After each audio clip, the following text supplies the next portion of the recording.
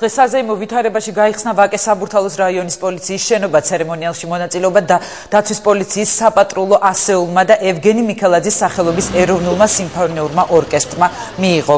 პოლიციის შენობის გახსნა სტუმრებთან ერთად შინაგან საქმეთა მინისტრი, ქალაქის მერი, საქართველოს პრეზიდენტის ადმინისტრაციის უფროსი და პოლონეთის პრეზიდენტის ადმინისტრაციის უფროსი დაესწრნენ. წითელი ლენტის სიმბოლურად სწორედ პოლონელმა სტუმარმა გაჭრა. ვაკე საბურთალოს პოლიციის განყოფილება 6 თვის განმავლობაში შენდებოდა, იქ პოლიციის 53 თანამშრომლები დასაქმდა. შენობის მიმდებარე ტერიტორიის კეთილმოწყობაზე ქალაქის მერია მიზრუნა 2008 წლიდან თბილისის სხვადასხვა რაიონებში პოლიციის განყოფილების 13 ახალი შენობა აშენდა და ამოქმედა. შენობები უახლესი კომპიუტერული ტექნიკით არის აღჭურვილი და სრულიად გამჭვირვალეა.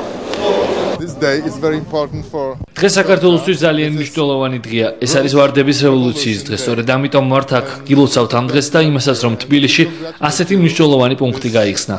ულოცავთ მინისტრებს და ხალხს. ჩვენ ცოტა გვშურს, იმიტომ რომ ასეთი შენობები არ გვაქვს.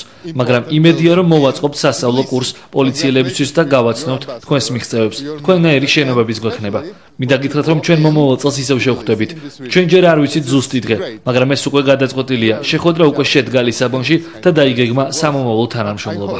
პირველ რიგში მინდა ყველას მოგილოცოთ და თქვენთან ერთად ქართულ საზოგადოებას გიორგობის დღესასწაული.